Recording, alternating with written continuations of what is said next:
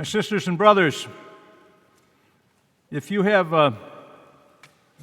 been paying attention over the last 4 or 5 Sundays, you will have noticed that the first readings over the last 4 or 5 Sundays have been readings from the prophets.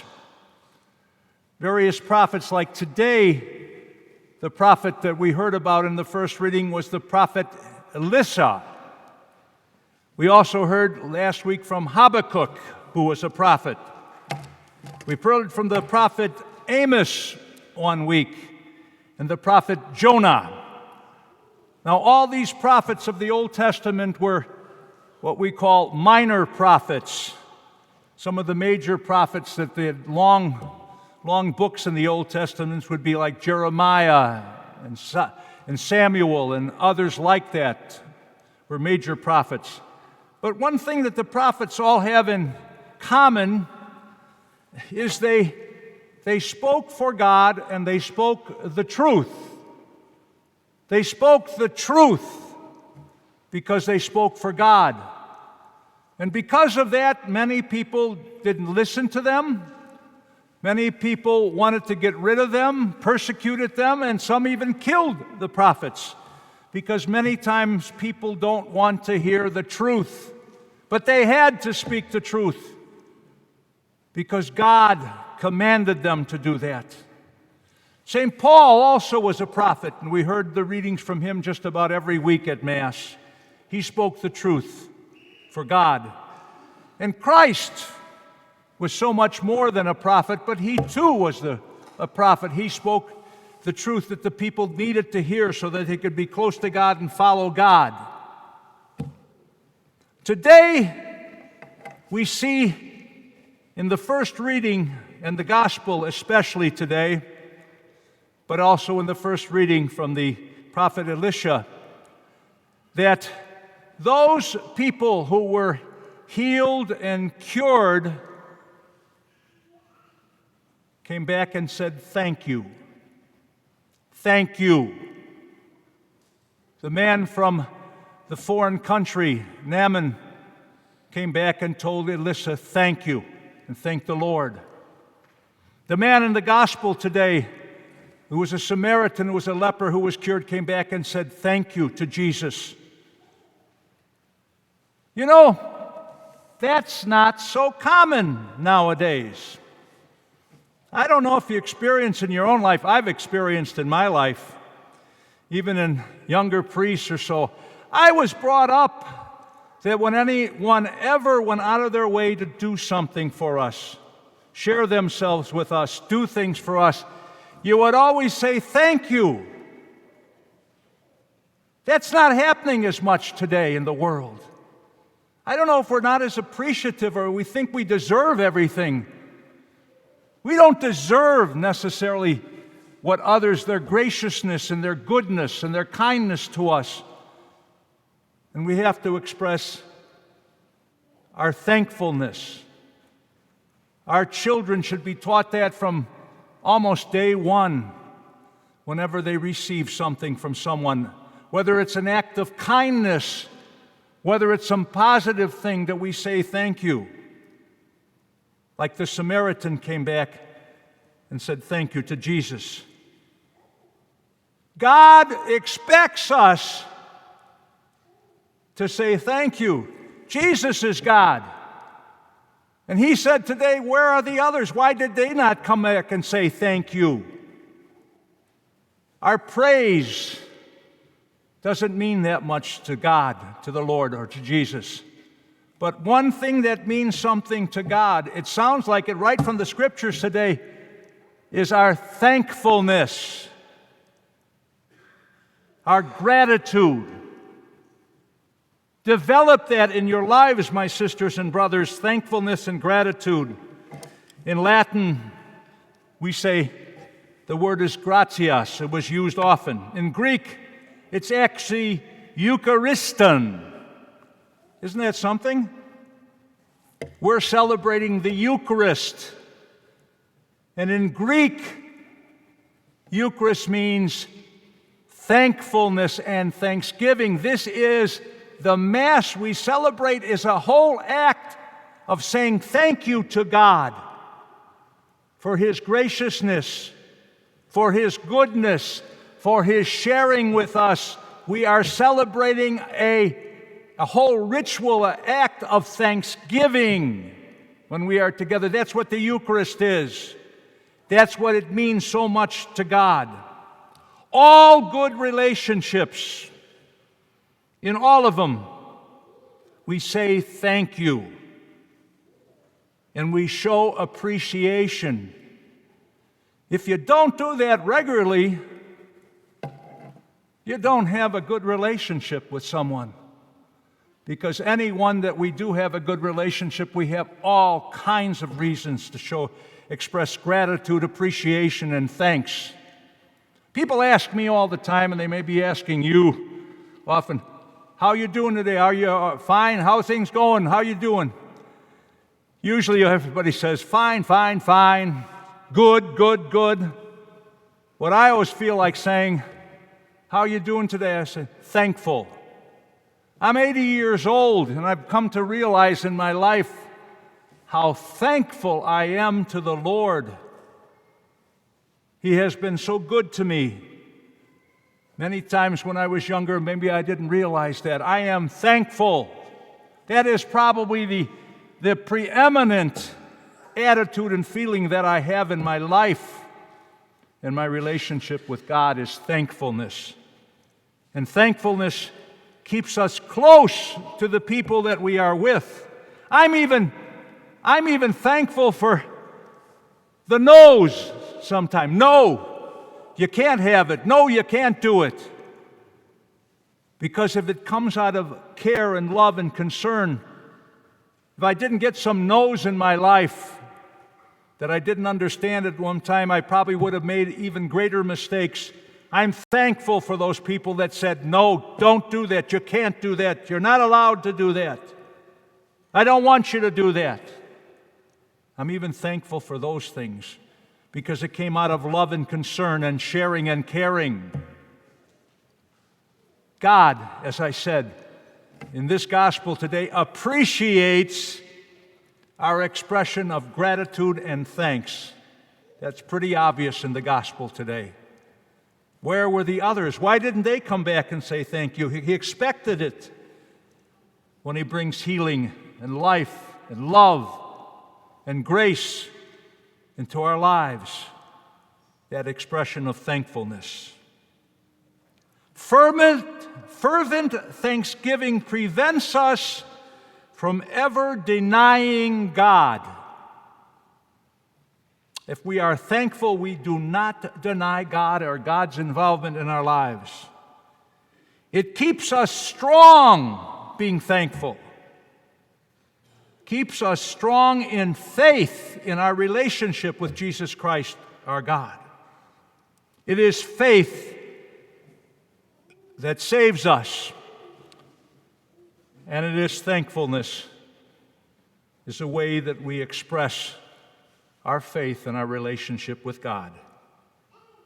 It is faith and thanksgiving in our relationship with God that will save us. Don't forget that. You never say thank you enough to one another or to God. I thank the Lord that I'm here tonight with you because it's a great opportunity to draw nearer and nearer to the Lord. And He shares Himself with us through the Eucharist, a whole ceremony of thanksgiving. Amen. My sisters and brothers, you've all received one of these brochures, and I want to talk to you a little bit about Cross Catholic Outreach. It is the group that sent me here this weekend to fill in for Father Danny. All right? So if you would open this brochure to the middle 2 pages. You got them here? Open it up to the middle 2 pages. How come you're not opening it up to the middle 2 pages? You didn't get one. Where's my ushers? How come some people didn't get them? Where are they at here? What? Did they give you one now? Servers, have you got one? My ushers aren't even listening to me. They're out in the vestibule playing cards, all right? All right. Open it up to the middle 2 pages. You'll see some people didn't get one of these things, including the servers, would you? And the organist. So raise your hand if you didn't get a brochure, okay? There's a picture of Pope Francis here talking to the founder and the president of the Cross Catholic Outreach. The reason why I want you to see this is that the Pope endorses Cross Catholic Outreach. Even our new Chicago Pope endorses Cross Catholic Outreach. And over 50 or 60 bishops here in the United States endorse Cross Catholic Outreach. I myself endorse Cross Catholic. I wouldn't be here. What does it mean to endorse something? It means telling somebody that you can trust that person or that thing or that institution. You put your reputation and your word behind it. You can trust them, you can believe them, they will do what they say they are going to do. That's what it means to be endorsed by the church. Open the brochure up now to the 4 pages, if you wouldn't mind. The first page over here says that if you give a certain donation to Cross Catholic Outreach, what they can accomplish for a certain donation. Read that on your own. The next page says we are a Catholic ministry. That means that the Cross Catholic Outreach works exclusively through the Catholic Church in 32 of the poorest nations in the world, helping some of the poorest people in the world uplift their lives out of poverty. It doesn't go down there and work with them. It works through the Catholic Church that exists in the countries. It works through the bishop. It works through the church. They are the ones that receive resources and assistance and help from Cross Catholic Outreach, resources and support to develop programs will uplift their people out of poverty. That's how it works. It doesn't go down. Cross Catholic Outreach doesn't send personnel down to any of these 32 countries. It doesn't go down to these 32 countries where the poorest of the poor is and build buildings, send staff. That doesn't do that. It works for the existing Catholic Church in these nations, providing, as I said, resources and support so that they can work with their own people to uplift them out of poverty. Example, a country like Zambia in Africa, there are so many villages that the people do not have any fresh water. What does Cross Catholic Outreach do? It works through the bishops and the Catholic Church there so that they receive the resources and support necessary to help their people build wells, storage tanks in their villages so they don't have to walk 10 miles carrying 5-gallon buckets to get fresh water for their families. Decent water so that they can cook, so that they can clean, so they can do whatever is necessary. It helps in Zambia for them to develop wells and fresh water in their own villages. It makes that possible for them. It doesn't go down there and do that for them, and it gives the resources and support. A country like Guatemala, in which this archdiocese of Oklahoma City actually has a saint who was martyred in Guatemala. What it does in Guatemala, some of the poorest of the poor are there. It provides resources and support to the Church of Guatemala for which they don't have proper medical facilities, hospitals or doctors and everything. It helps them get doctors, build hospitals to treat the medical problems of their children. It also helps in Guatemala for education. They don't have schools, they don't have teachers. It gives the resources and support necessary to the Church of Guatemala to develop churches and to develop resources of schools and teachers and the like to help educate so many of the children there, to uplift them out of poverty. That's how Cross Catholic operates. It kind of operates on the old proverb, you might have heard it sometime in your life. If you really want to help somebody, don't give them fish, teach them how to fish. That's kind of how Cross Catholic operates in these 32 nations of the poorest of the poor. Now I would ask you to look at this one page where there's a pie. See where the pie is? And I'm telling you, you can trust it. I trust them. So does the Pope, so does many of the bishops. 94% of anything donated to Cross Catholic Outreach goes directly to the people in need, directly to those countries, to those people. 6% of anything that is donated is used for operational costs for Cross Catholic Outreach. That means for the buildings that they have here in the United States. That means for the staff that they have to employ. That means for advertising, for publications, and even to pay for cross-Catholic priests like myself, an outreach priest, to go to various Catholic churches to tell them about the work of cross-Catholic outreach. Cross-Catholic Outreach does not take up a second collection. There will be no second collection here today. That's why you have these brochures. We ask you to take this brochure home with you, to read it, discuss it with your family, say a prayer. It may be an opportunity for you to share and care with brothers and sisters in great, great need in their lives. I think one of the greatest ways to show our own thanksgiving for the blessings and graces and gifts that God has given us is to continue to share and care for others.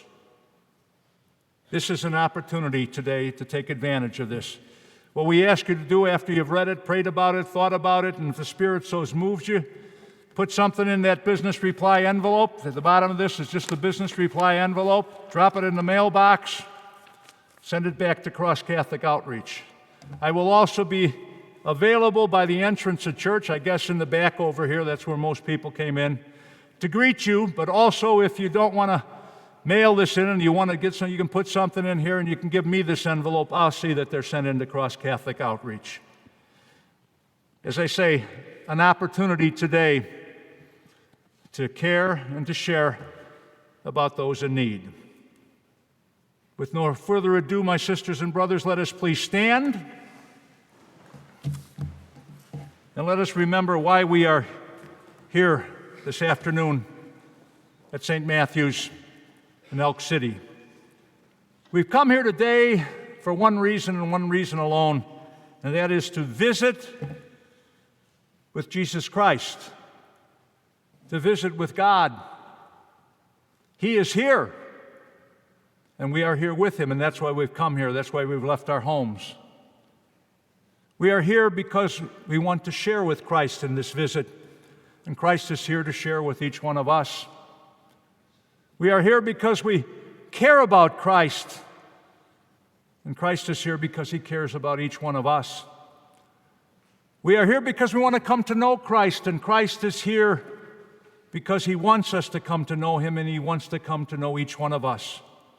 My sisters and brothers, we have a special relationship with Jesus Christ. We call that relationship our faith. Let us now together profess our faith. I believe in one God, the Father, the Almighty, the maker of heaven and earth, of all things, the visible and invisible.